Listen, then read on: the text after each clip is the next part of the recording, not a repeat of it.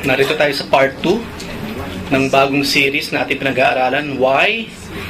And that is seeing God in our pain, o yung mga sufferings. I believe walang taong hindi nakaranas ng pain or yung tinatawag na suffering in life. Kahit yung mga baby, di ba? Yung mga batang paslit, nakakaranas kagad ng suffering yan eh. Especially yung mga hindi naaruga maigi ng mga magulang. Di ba, ilang bata yung everyday, every hour, nang iluwal ng nanay, iniiwan na lang kung saan. Noong isang araw, maganda yung yung nabasa ko sa Daily Bread. Yung patungkol nga dun sa mga bata, na especially yung mga iniiwan na lang, mahirap yun eh. I mean, unimaginable paano ng isang magulang, ang isang nanay, kaya niyang iwan yung bata, iiwan na lang ng ganun, Ngayon pa man, maraming bata, kapag naiwan sa, let's say, sa better hands, magandang buhay naman ang tinatamasa. But syempre, yung iba, hindi rin naman ganun. Iba nasa orphanage, umaasa ng someone na ampon. At very painful yon sa mga bata. Kawawa, Yung bang parang wala na siyang mga kamag-anak na pwedeng pagbigyan, paalagaan, at iniwan na lang siya kung saan. Pero maraming salamat sa Lord. Alam ng Lord yung dilema ng tao about childbearing, yung pagkakaroon ng bata.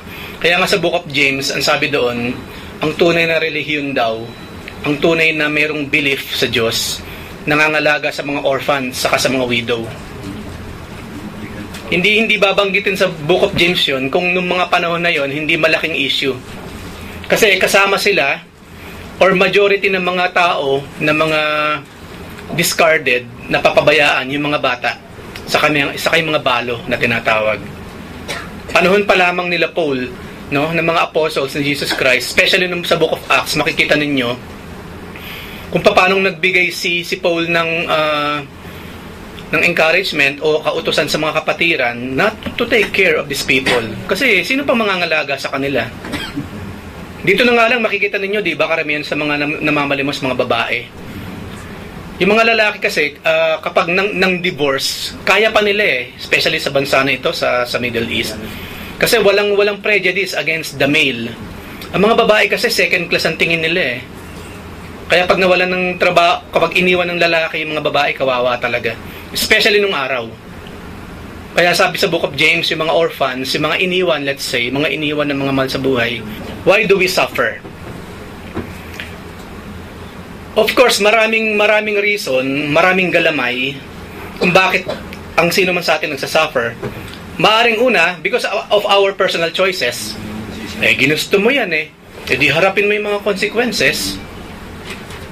Meron pa namang mga pagkakamali, ang consequence ang dali lang Pag nagkamali yung bata, palo.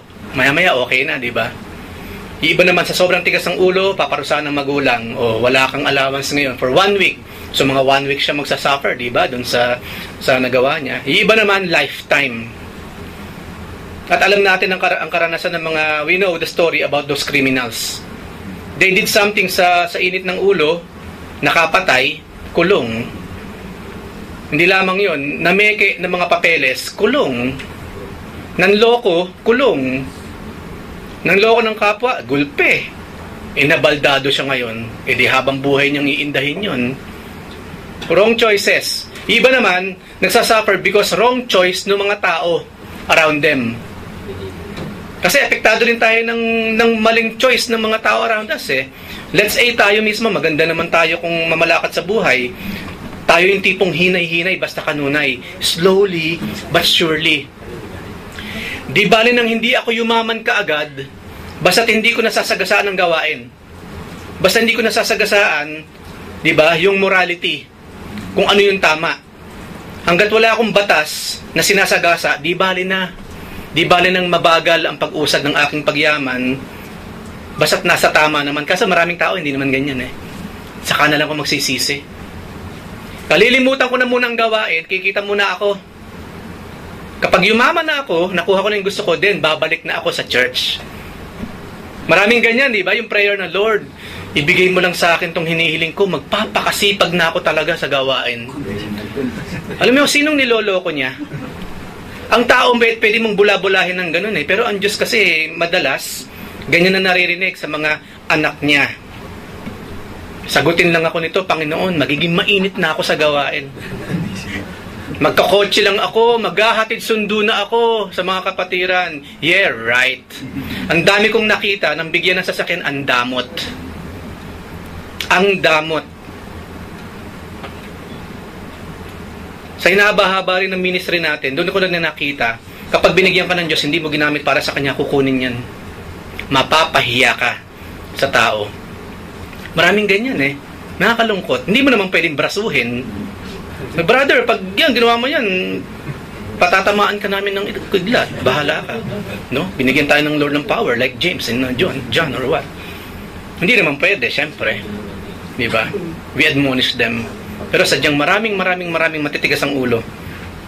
So merong nagsasuffer because of personal choice kasi ng iba.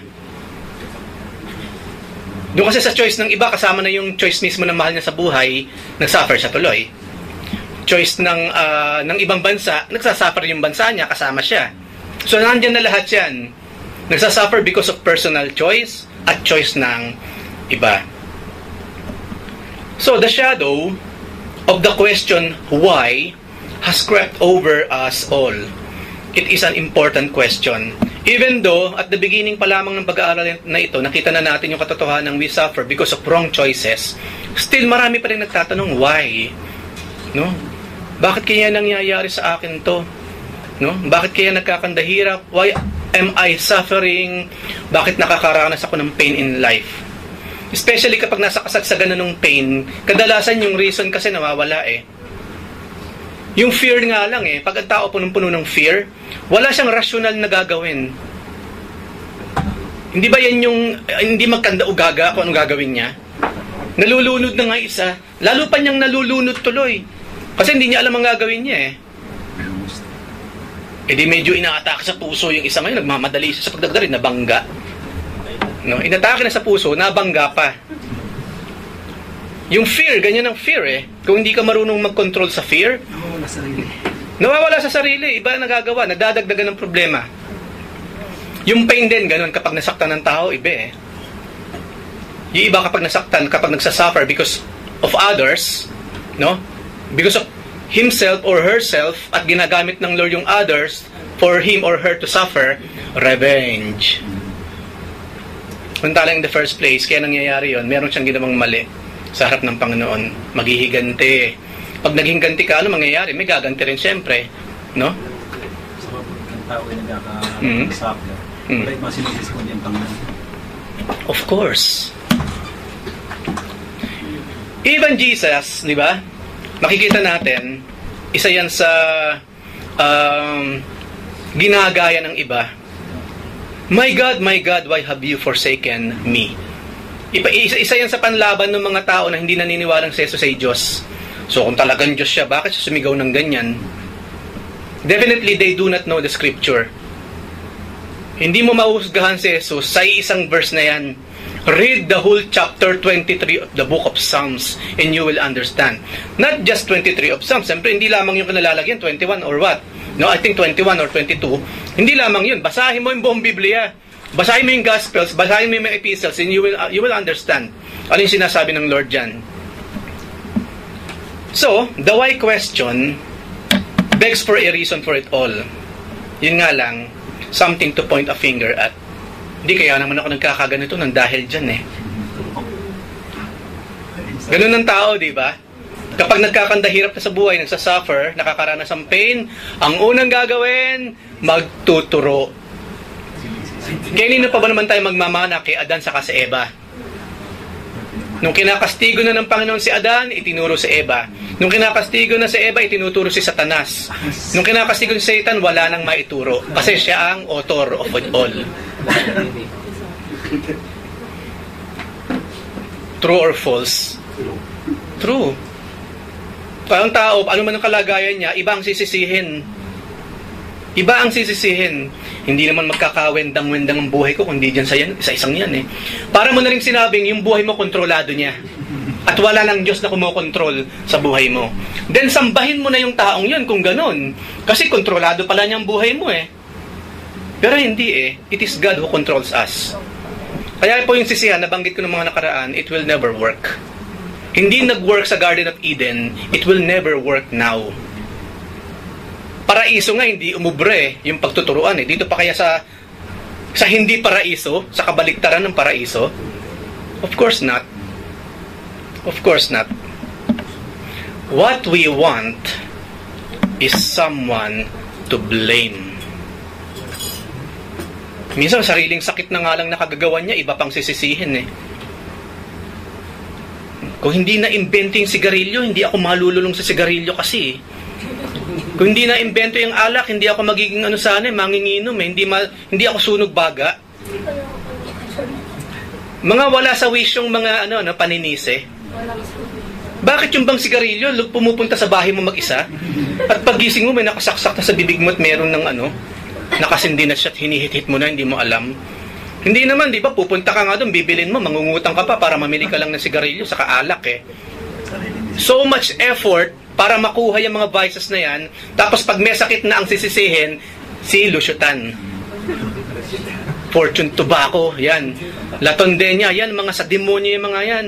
Kung hindi sila nagpagamit sa demonyo, hindi ako ganito. Malaking kalokohan. Kaya nga, lagi natin sinasabi, we are personally accountable sa Lord. Ang laging magkausap, ikaw at ang Diyos. Walang iba. Si Benny at ang Diyos, si Lito at ang Diyos, hindi yung group effort kayo. No, just one. Ikaw lang, each one of us. Wala tayong pwedeng iturong iba. Sabi nga lang, mea culpa. Ako ang may sala. Ako ang may sala. Kaso maraming tao hindi kayang gawin yan. Maninisi at maninisi ng ibang tao. Sino bang nagde-decide at the end of the day? Nung to be or not to be? Tayo naman, di ba? Huwag mo sabihin pinilit ka kasi. Hindi, kasi iiwan daw niya ako. O papatayin daw niya ako pag hindi ako uminom eh.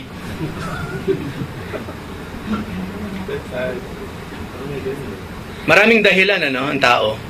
Tapos yan nga, pag nagkakawendang-wendang na because of the consequences ng maling choices, ituturo ang iba. Ulitin ko po, hindi umubra yung panunuro sa paradise. Lalo na dito, saan paradise, hindi uubra yun. Hindi kakagatin ng Diyos yun. We are responsible sa anumang choices, sa mga repercussions na idinudulot nito. At yun nga, gaya ng sinabi ni Kuya Benny, some blame God, suggesting that He is, at best, incapable of preventing our pain. At worst, wala raw interes ang Diyos, wala siyang pakialam sa atin. Minsan nga, simpleng bagay lang, sinisisi na natin ng Lord no? Diyos ko naman, ano ba naman to? Manok na naman? Papasalamat kami, manok ang kinakain. Sa Syria, papel ang kinakain doon, damo. Kaya ako, no comment na lang kapag naririnig kong manok na naman No comment ako mga kapatid, to be honest. No comment. No comment at all. Pansinin niyo yun. Kasi pinagpasalamat mo tapos sasabihin mo na naman. Baka na mag-pray. Pag prayer time, umalis ka. Para pagbalik mo sabihin mo, manok na naman. Para may karapatan ka magreklamo. Ang tao, ang daling makalimot Sa Pilipinas ka, hindi ka makakain ng manok Dito nga bumabawi ka, puro manok ang kinakain mo, ayaw mo pa. Iba-ibahin mo ang luto. Haluan mo ng gulay. Di ba? Pwede naman So pagdating sa pagkain, pansinin ninyo, hindi po ako ganun mga kapatid. Hindi ako ganun. Sa akin lang ganito, kung mareklamo ka sa pagkain, pag prayer time, umalis ka. Huwag kang magpasalamat sa Diyos. Pagtapos na, at pag nariyan ng pagkain, magre-reklamo ka, manok na naman, may karapatan ka kasi hindi ka naman nag-pray, hindi ka naman nagpasalamat Pero hintayin mo yung papalit ng Diyos yun. Baka buto na lang ng manok at least. No? Buto na lang ng manok. Mahilig ang tao manisi. At ultimately, ang sinisisi, Diyos. Traffic. Diyos ko naman, traffic to. O ano makilalaman ni Jesus Christ sa traffic? Di ba laging Diyos na lang ang sinisisi? No? Laging Diyos ang sinisisi. Nakakalungkot. At mas nakakalungkot sa bibig ng Kristiyano mo naririnig yan. Sa bibig ng mga hindi Kristiyano, maintindihan mo eh. Pero sa bibig ng Kristiyano, why? Why? Hindi lamang yon, sisisihan siyempre, sino pa? Si Satanas. Others say that suffering is caused by the devil. Of course, in a way, because of paradise. Our pain is the result of his evil work. Still, others say that there is no answer. Nothing or no one to blame. Hindi, gano'n naman ang buhay, random eh. Sino sa atin yung ganyan? Laging si Satanas. Kaya ako hina-high blood, si Satanas to eh. Ang taas na naman ang presyon ko, ang taas ng sugar ko. Satanas, lumayo ka! Ikaw ang lumayo sa mga pagkain hindi pwede sa'yo. Huwag si Satanas. Kasi hindi naman kailangan ni Satanas yun eh. Espiritu yun.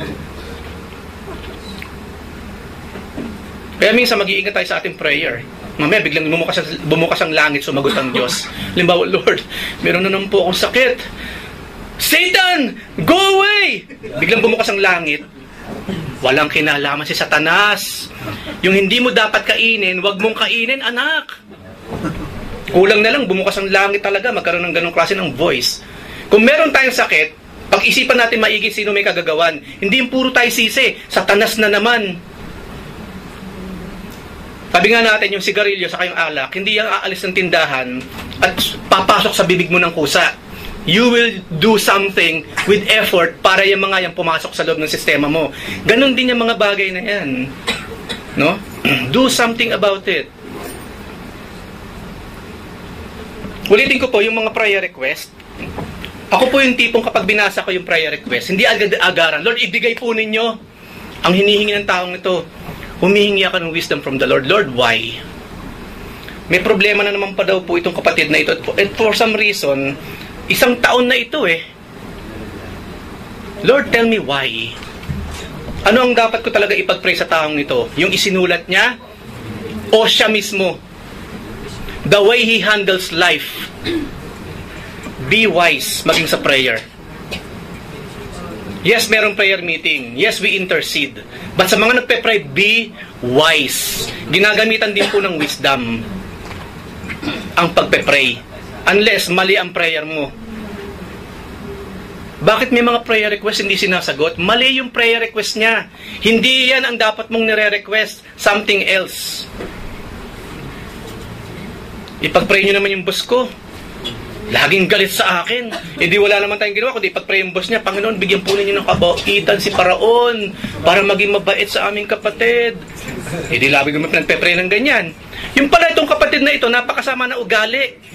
Paano hindi magagalit ang boss niya sa kanya? Laging late.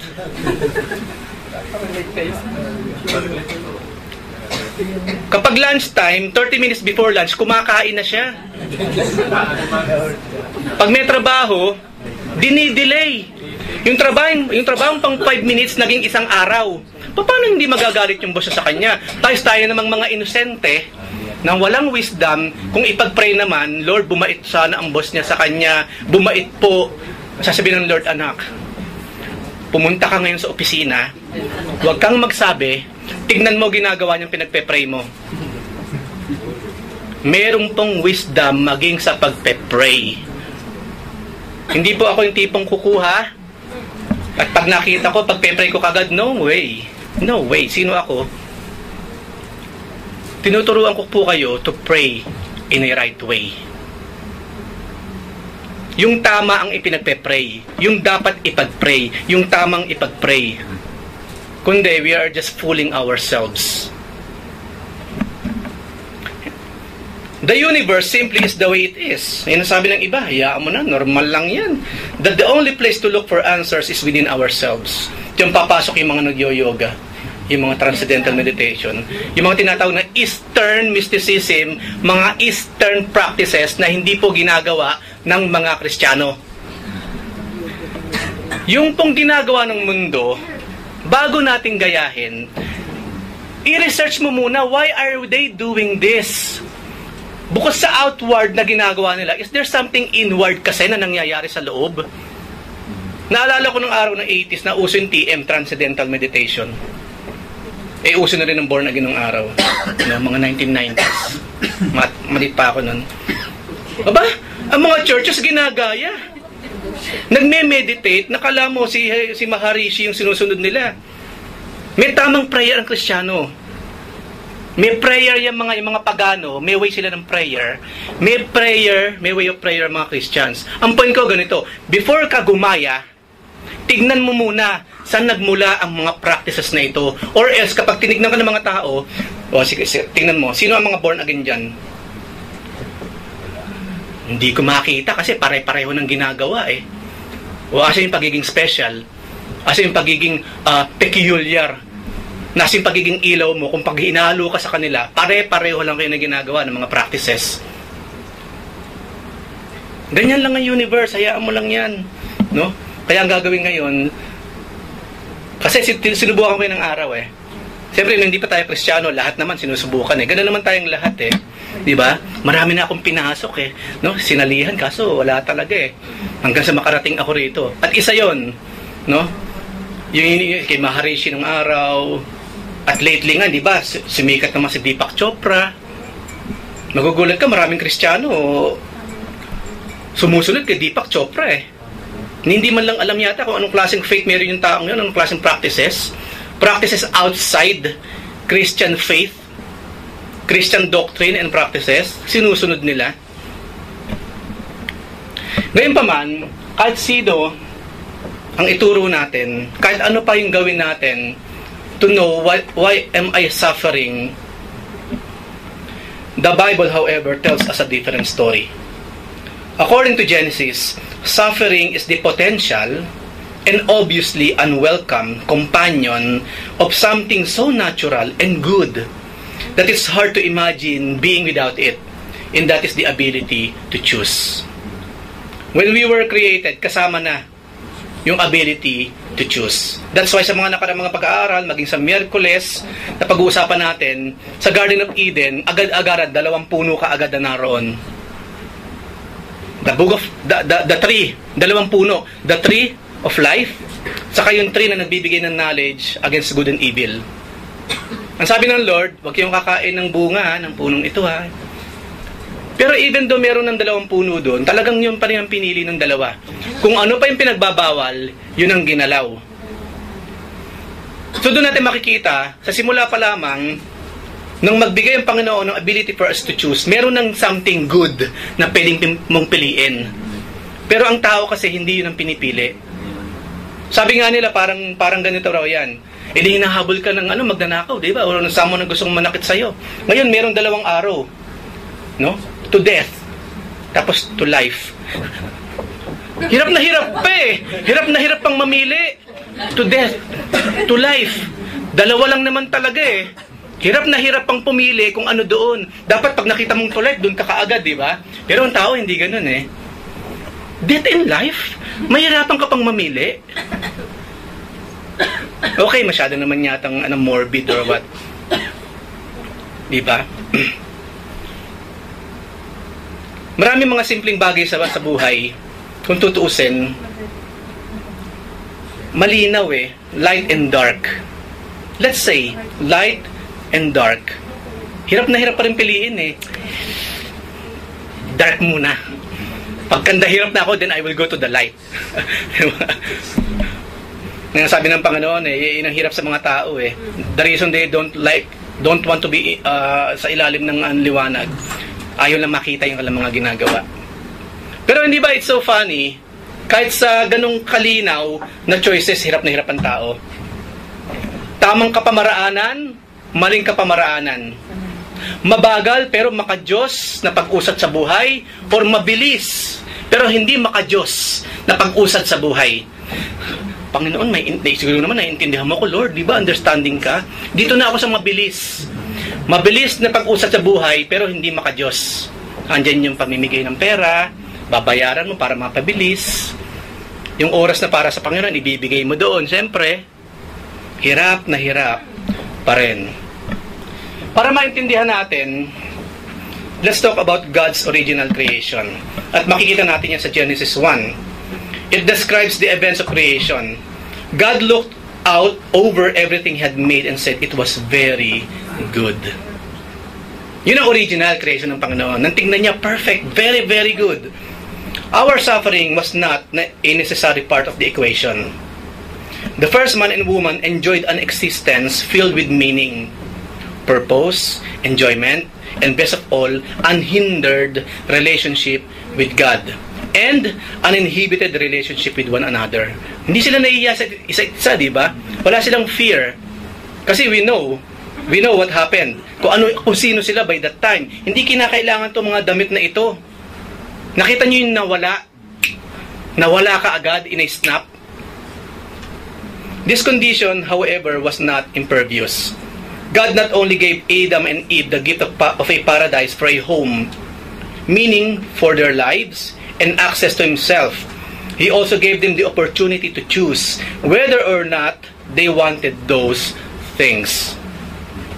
Kaya pag ako, each time nakakarinig ako sa isang kapatid, lang nasabi, paano naman ang aking free will? Hindi kino-question yun. Sa paradise pa lang, ibinigay na sa atin ang free will. Ang ability to choose. Yes. So, kung tutusin, wala na sa question yun. Yes, we have freedom. We have the ability to choose kung anong gusto natin. But always remember what happened first. Kapag talagang yung gusto lang natin ang pipiliin natin, we know what happened. Doon pumapasok ngayon ang danger. Hindi question kung paano na yung ating free will. Hindi kino-question paano naman ang aking freedom to choose. Hindi question yan. Ginagawa na natin yan from day zero. But always remember kung ano nangyayari kapag tayo lang ang nasunod sa pamimili natin. Kasi di ba bago naman pinractice ni Adam saka ni Eve yung pamimili, meron na munang pasabi ang Panginoon, di ba? May pauna na siya. At yun yung dapat naging guide nung dalawa. Bago gamitin yung freedom to choose. Normal lamang yun kahit sa mga magulang, sa inyong mga anak. Ang mga bata, may freedom yan. They have the ability to choose. May karapatan silang piliin ang gusto nila. Pero bilang magulang, kapag pumipili na ba ng mali, papabayaan mo lang? Bilang magulang, hindi mo ba bibigyan muna ng advice? O anak, malaki ka na, nagdadalaga ka na, nagbibinata ka na, at pumipili ka na ng gusto mo. Dati pag pumunta tayo sa mall, akong pumipili ng damit mo, ngayon, hindi ba, ikaw na. So okay lang yan, anak. Pero kapag pumipili na ng something na hindi tama, pababayaan mo ba? Of course not. Of course not. At dapat naging parent ka ng mga bata, someone wiser, kung pababayaan mo rin lang. So meron pauna ang Diyos, kaso ginamit pa rin ng dalawa ang kanilang freedom to choose yung something na hindi naman tama. So the story goes, here we are. Kaya hindi ba tayo magmamana? Each time na tayo nagsasuffer because of our own wrong choices from Adam and Eve. Dala pa natin yung tinatawag na sinful nature. But then again, please, huwag tayo magsisisihan. Yung nga lang, di ba, yung happiness sa isang araw, di ba, it's also a choice. It's also a choice. Sa araw na to, I will be happy. Regardless of anything na mangyayari, I will be joyful.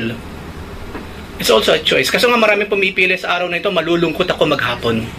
Ang iisipin ko yung mga masasamang bagay, yung mga nakalulungkot, yung mga hindi noble, yung mga hindi malinis ang iisipin ko. It's also a choice. It's also a choice. So why not choose God? At yung mga kaakibat ng pagpili sa Kanya. Yung pong choice, according dito sa creation, siya ay gift from the Lord. No, gift siya ng Panginoon. Kasi nga, naririnig na natin na matagal, hindi tayo nilikha ng Panginoon na parang robot. No? Even though pwede naman kung gugustuhin niya. God has all the power. Nasa kanyang prerogative na at nilikha ng Diyos si Adan.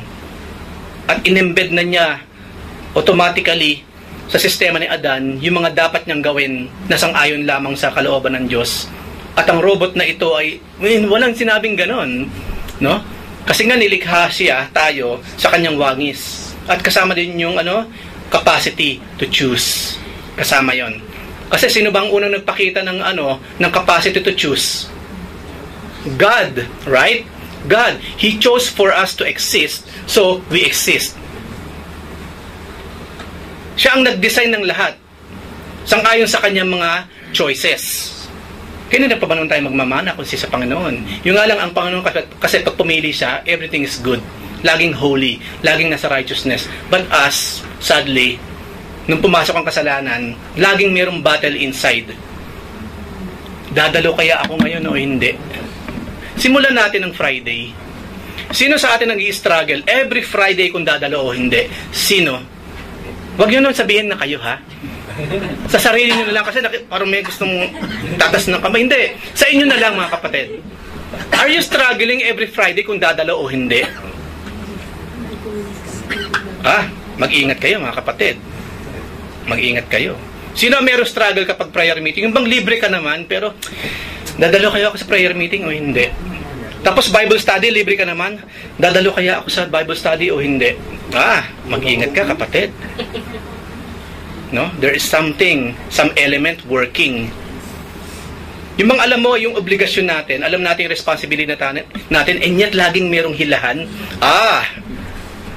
something fishy is going on. Alam niyo mga kapatid, kwento ko lang na mabilis.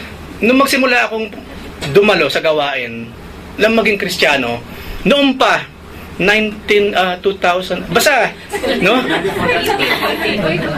Basta nung magsimula ako sa gawain, isa kaagad ang na-realize ko, no?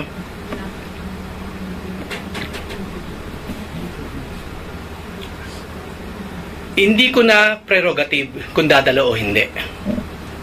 Because God's will for me ay laging dumalo sa gawain. Isinusuko kasi yun eh. Lord, karapatan ko naman kung dadalo ako o hindi eh. Isinusuko yan, kapatid. Pero pag hindi pa natin 100% isinusuko yan, I'm telling you, urong-sulong kang Kristiyano. Urong-sulong. Ningas kugon. Ikaw yung tipong sabay naman kayong umalis sa starting line. Yung kasabay mo, malapit na sa dulo ikaw, nakakailang hakbang ka pa lang. Ilan yung mga nakasabay ko ng araw? Urong-sulong, inuunay emosyon, laging nakatingin sa tao, perfectionist, may sariling kaisipan, ayaw sumunod sa authority. Where are they now?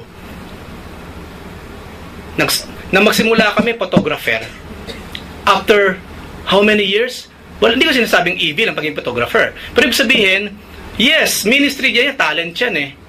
Pero kung hanggang ngayon, andyan ka pa rin, hindi ka naging deacon, hindi ka naging elder, hindi ka naging malaking parte ng isang gawain, you're still there at that same position. I mean, where's the progress there? Anyway, you know the person, I know the person. Merong attitude. No? Sumusunod sa emosyon. Kung ano yung nararamdaman niya, yun na yun. No? Hindi. Mali yan. Ayoko. Okay, fine. Kung ayaw mo, ako gusto ko, I will go on. I will move on. Goodbye.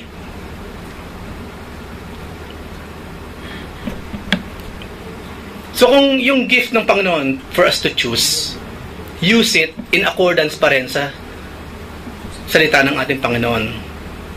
Dapat nakasala doon. Or else, to be honest with you, kasi ang sabi ng Panginoon, ang design niya sa atin, maging ulo lahat, di ba? But kung until now you're a tail, buntot ka pa rin, then it is not God's fault. Hindi kailanman magkakaroon ng fault ang Lord. It is us. Because of the choices na ginagawa natin each and every day. Isinuko ko na yun mahabang panahon na. Ng number one priority, gawain. Kung may extra pang oras at kaya ko pa physically, then why not? Do something else. Kasi hindi eh. Hindi kasi ganon. Especially sa mga leaders. When you become a leader, marami ka ng insinuko. Because you cannot lead kapag hati ang oras mo. You cannot lead kapag hati ang puso't isip mo. You cannot. Isa lang. If you want to lead, just choose the Lord and His ministry. Yun ang nasa top ng priority.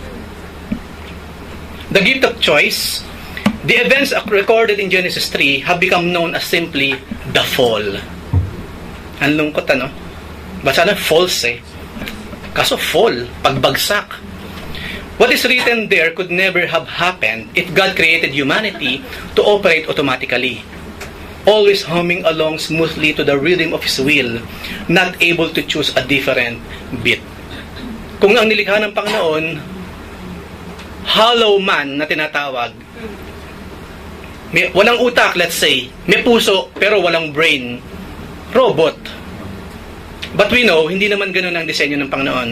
God gave us brains to assess things, to use it, to choose.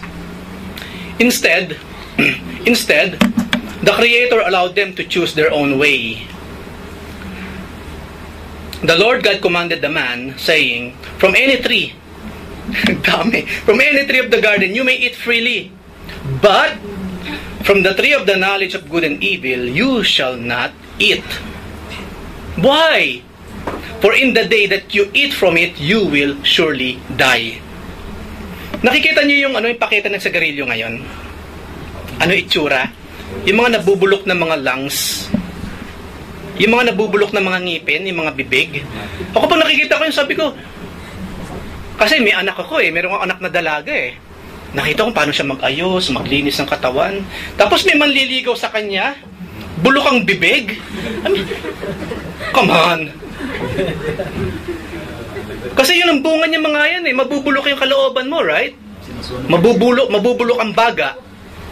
Pati ang bituka, ibang amoy. Kapag huminga siya, mamamatay talaga yung lamok pag may dumaan. Mahusay na insect killer ang bibig. Tapos, ihahalik mo sa anak ko yan? Hindi lamang yun, hindi ka na ba nahiya dun sa babae? O baliktarin natin kasi may mga babae rin namang naninigarilyo sa kumiinom Kapag nililigawan siya, lasing. Naman. Wala akong natatandaan. Baka lasing ako nun. Diba? Baka lasing ako nun. Sa mga nanliligaw, let me tell you this. Namimili ka ng someone for you, right? Ang pipiliin mo yung maganda syempre. Kung babae, kung lalaki ka, maganda, mabango, maayos sa katawan. Why not?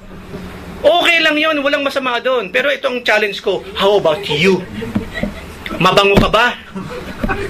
Naliligo ka ba? Maayos ka ba sa katawan? Ang hininga mo, kumusta? Gusto mo close-up smile? At parang hininga ng anghel? Yung hininga niya? Ikaw. Kasi alam nyo, iniisip ko, ganito lang, simple lang. Unfair ka. Gusto mo yung maganda lahat para sa'yo? Ano man yung offer mo para sa kanya? Tanggapin ka as you are? You've got to love me as I am. This is me. Mabaho hininga. Tanggapin mo ako. Yung mga lakas ng loob, magre-require ka na dapat ang gusto ko po sa babae maganda. No? Mabango. Kahit anong kulay, okay lang. No? Basta malinis. Ang hininga, pag naamoy ko, talagang parang heaven na kaagad. Ikaw nga paano yung babae naman? Anong gusto niya? Ganyan? Para bang ikaw nilikha ako ng Diyos para sa'yo. No? God created me for you. I am your man. Alam nyo, nung kami na ni Joy, mag-asawa na kami, sinabi niya yon, ang isa sa nagustuhan niya sa akin, mabango raw ako, malinis sa katawan. Siyempre naman, magliligaw ka, hindi ka maliligo, hindi ka magsisipilyo or mag-aayos. I mean, ang point ko kasi ganito, kapag sinagot ka, at least you know, because I am worthy of it. No? Kaya ako sinagot ng babaeng to kasi kasama na yun, of course, yung love, na-develop na yung love. I mean, out na sa usapan nyo kasi, given na yan. Pero at least man na masasabi mo, kaya ako sinagot kasi ginawa ko ang lahat. Naligo ako. Nagsipilyo ako. Hindi lamang ako malinis sa panlabas, pati sa panloob. Ang hininga ko, mabango. At least man lang you can say that you are worthy of her love. Kasi unfair No, unfair. Kung yung isa lang ang okay, tapos yung isa hindi, dapat pareho kayo syempre. Dapat habang ina-admire mo siya, ina-admire ka rin ng tao dahil sa ginagawa mo on yourself. So ang payo ko sa mga nanliligaw, please, hindi enough na ginagawa nyo ang lahat para makuha lang yung puso ng babae. Kailangan i-admire din kayo ng babae by being that. Being pleasant, syempre, sa maraming kapamaraanan. At ganoon din naman vice versa. Kasi para nakakahiya naman yung nanliligaw na lalaki, talaga namang kabango-bango, yung nililigawan naman, di ba? Parang nga, may wet dog ba dito or ba? So be both. Maging pareho kayong kaaya-aya. Una sa mata ng Panginoon, and of course sa mata ng bawat isa. Mag-ayos. Mag-ayos. Ay, hindi sa mga bata lang, hindi ako naniniwala doon. Hindi lang para sa ating mga bata yung, kasi sa mga may edad na, kailangan maayos sa katawan. Right? Right? Andyan tuloy yung term na losyang na eh. Hindi ba kaidaran mo lang yan? Parang lola mo. Paano? Hindi marunong mag-ayos sa katawan? Okay, fine. Namimili na rin lamang tayo na magiging itsura natin. Eh, yun ang magandang postura, syempre. Why settle for less? Una, for the Lord again, then para sa ating kapwa-tao. Meron ba kayong mga ano dyan? Mukhang...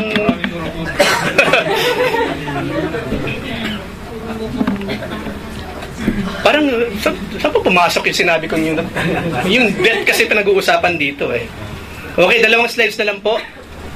2 slides, then meron kayong time na mag-share. The Result of Choice, ang sabi ni C.S. Lewis, siya po yung writer ng fantasy movie, bago siya naging Kristiyano, The Lion, The Wardrobe, and The Witch. You know, siya ang writer niyan. Pero naging Kristiyano later on. At naging theologian. C.S. Lewis described the implications of Adam and Eve's choice. Out of that hopeless attempt has come nearly all that we call human history. After nung ginawa ng dalawa, money, poverty, ambition, war, prostitution, classes, empires, slavery, the long terrible story of humanity trying to find something other than God which will make us happy. Mula nung gumawa sila ng isang maling choice, then everything follows. Marami nang ipinalit ang tao sa Diyos for them to be happy. Ayokong dumalo sa gawain, paulit-ulit naman ginagawa dyan. Saka hindi, manonood na ako, nila-live naman nila. At habang nagpa-party siya, di ba? Habang nag-worship tayo, nasa party naman sila. O di ba, 2 kaligayahan? Habang nasa party, nakikita ko pa yung ginagawa sa church? No way. Of course not. Kasi I know, yung pursuit of happiness, lifetime yan. Sino sa atin ang hindi nagpo-pursue sa happiness? Wala bang kalungkutan dito? Hindi. Hanapin mo happiness, di ba? I want to be happy. I want to be joyful. I want to be blessed. At kine-claim natin yan kasi yun ang promises ng Lord. Each and every day, kine-claim yan. I'm blessed, di ba? I have power, you know. My God shall supply all of my needs today. I can do all things in Christ. Kine-claim natin lahat yan. Why not? Walang pipili siyempre ng kabila. Panginoon, gusto ko pang maging mahina sa araw na ito. Kapag ganun kasi, wag na ang Panginoon na usapin mo. Iba na lang. Diba? Gusto ko pong maging unjoyful and unhappy. Iba ang kinakausap pagdating dyan. So because of that wrong choice, then comes human history. Punong-puno ng heartache. Punong-puno ng pagkakamali and full of death and darkness. All generations have shuddered with the aftershocks of that choice. We not only shoulder the weight of the consequences resulting from Adam and Eve's choice, we also hunch under the burdens created by our own choices. Imagine, kandahirap na tayo because of the wrong choices ni Adam sa ni Eve. Tapos dagdagan pa ng mga wrong choices natin sa ating mga buhay. Gaano kabigat na ang buhay ngayon? Napakahirap. Napakahirap. Doon natin lalong ma-appreciate yung pagkakaroon ng Diyos, mga kapatid. Kasi if there is no God, we are really spiraling downward. Lahat tayo. No? Wala tayong mapupuntahan, walang pag-asa. Imagine niyo yung buhay na walang hope. Buhay na walang pag-asa? What's that? Nakakalungkot, ano? Kaya yung mga hopeless situation, mahirap na sitwasyon yun. Una, there's no such thing. Pero maraming tao tinatanggap na lang, hindi, wala nang pag-asa ang buhay ko. Ganito na ako talaga. Ang hininga ko, ganito na talaga. Magsisipilyo ka lang eh. Diba? Tapos na yung problema mo. Kaso hindi ba maraming tao mas pinipiling maglunoy sa kalungkutan, maglulunoy sa kawalan ng pag-asa, maglulunoy sa kadiliman ng buhay, maglulunoy sa negatibong aspeto. Why choose those? Pwede naman natin piliin yung kabila para makita natin yung liwanag, makita ng iba yung liwanag na nagmumula sa ating Panginoon. So why is there suffering, brokenness, and struggle in our world? Because God allowed humanity to choose. And the world around us carries the weight of the choice and the subsequent choices that have been made. Yung po ang naging bunga kapag yung choice, yung capacity to choice, ginamit natin sa hindi tama. Kasi tingnan ninyo ha, kung gaano ang Panginoon, gaano siya katotoo sa kanyang mga salita, kung gaano siya ka-respectable sa iba. Pwede naman, di ba, na habang si Eva nakikipag-usap kay Satan, di ba pwede naman siyang mag-meddle in between? Lumayo ka, Satanas! Tapos si Eva, kukunin na lamang sana niya yung prutas, hindi niya na nagawa. Pwede naman, di ba? Bakit wala sa Biblia yung ganun? Ba't hindi nakialaman Diyos? Bakit wala yatang divine intervention? Kaya ba ng Diyos o hindi? Namamagitan by that time, pigilin yung eksena? Kaya naman eh, hindi lamang yon. Rewind. Papunta pa lamang yung serpent sa paradise. Pwede na siyang pigilin ng Lord. Bakit hindi? Ba't hinayaang makapasok sa loob? Hindi lamang yon. Paradise? May serpent? How come? Minsan ba naisip niya yun? Teka muna. Alam natin yung serpent na yung kinakatawan ni Satanas. Ano ginagawa ni Satanas sa paraiso? At nangyari na nga yung dapat na mangyari. Why? Tapos darating ang time, we will question the Lord. Lord, paano naman po ang aking free will? O sige, dadalhin kita sa paradise. Panoorin mo yung nangyari for you to realize what your question is. Kung bakit mo ako kino-question. Hindi ko pinapakialaman ang free will mo. But I am always here to say, to warn you, kung mali na ang iyong ginagawa. Because of what? Because sa mga repercussions, sa magiging bunga ng mga wrong choices na iyong gagawin. Ang lagi example dyan, magulang. Nagiging makulit tayo sa mga bata, di ba? Especially napansin natin yung bata, laging mali ang mga choices. Dapat lang magulang ka eh. We have all the right. Ay anak, umiwas-iwas ka dyan. Yung mga kaibigan mong yan, look at them. We are not judging them. We're just witnesses. Nakikita naman natin yung ginagawa nila. At nakikita namin sumasama-sama ka. Ano gagawin mo? Hayaan mo lang? Sige na anak, kasi meron ka namang free will eh. Sige lang, sumama ka dyan sa mga yan. Of course not. You will do everything in your power para daklutin mula sa kuko ng kadiliman yung anak mo, right? Ganun na ginagawa ng Lord. Ganun ginagawa ng Lord. Kasi yung nga lang, pag pumili tayo sa gusto natin, okay, hindi ka matututo hanggat hindi mo nakikita ang bunga ng gusto mong mangyari. Ito, yung nangyayari sa atin ngayon, bunga ng ginawa ng ating mga ninuno. Yun nga lang, hindi sila examples to follow. Yun yung mga examples for us not to follow. So why does that matter? Because our choices, like Adam and Eve's, do not occur in a vacuum. They have consequences. Napag-aralan natin last time, di ba? Yung nangyari kay Lot. Di ba? Yung nangyari dun sa dalawa. Kay Achan, saka kay Lot. We saw what happened to them because of their very, very, very, very poor choices in life. Hindi lamang sila napapahamak, even the people around them. And us, ganun din. Kapag nagkamali si Kuya Benny ng desisyon sa buhay, hindi lang naman si Kuya Benny ang magsasuffer makakaranas ng pain. Pati yung mga anak niya, pati asawa niya, at lahat ng mga taong nagmamahal sa kanya. Ganun din sa ating lahat. Walang sino mang nabubuhay para sa sarili lamang, walang namamatay para sa sarili lamang. Yun yung danger of being selfish. Di ba, example sa inyo panghuli, di bata pa, di ba? Sigarilyo na sigarilyo, alak, puyat ng puyat, babae lahat, ABS-CBN, lahat kinuha niya. Tanong nyo na lang sa nakakaalam kung nagsabi ng ABS-CBN. Hindi yun yung channel 2, syempre. O yung channel or what. Ngayon, nung tumanda siya, samantalang alam niya, nung bata pa siya, masama yung ginagawa niya. Hindi, bata pa ako. Saka, matagal pa yun. Hindi ba naman yung 20 years? Ayan ngayon, nung magkaedad na, di ba ang term nila, binabawi na ng katawan, umi-epekto na yung mga ginawa ng kabataan. Ngayon ganito, hindi nakinig. Sinabi ng itigil ng paninigarilyo, sige pa rin. Sinabi ng itigil ng pag-inom, sige pa rin. Nung tumanda at nagkasakit, sino may hirapan? Yung mga batang dapat focus sa pag-aaral, nag-aalaga sa kanya. Yung dapat na pambili, pambayad sa matrikula, pambili ng gamot niya. Alam niyo kung bakit ko sinasabi sa inyo ito ng paulit-ulit? Kapag dumating kayo sa buhay na ganyan, kapag nagkaedad tayo, you will remember, pinag-usapan natin ngayon, mahiya naman tayo. Dapat yung mga mahal natin sa buhay, especially yung mga bata, ini-enjoy ang buhay. Hindi yung buhay nila in-spend sa pag-aalaga sa'yo nang dahil sa iyong selfishness nung ikaw ay bata pa. Selfish. Ang dami ko nakitang ganyan.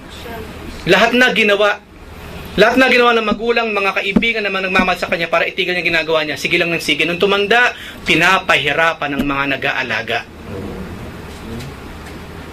Selfish ng mga klase ng mga tao. Walang puwang ang langit sa mga selfish ng mga tao, mga kapatid. Wala. At maging sa simbahan, if you are selfish, don't be.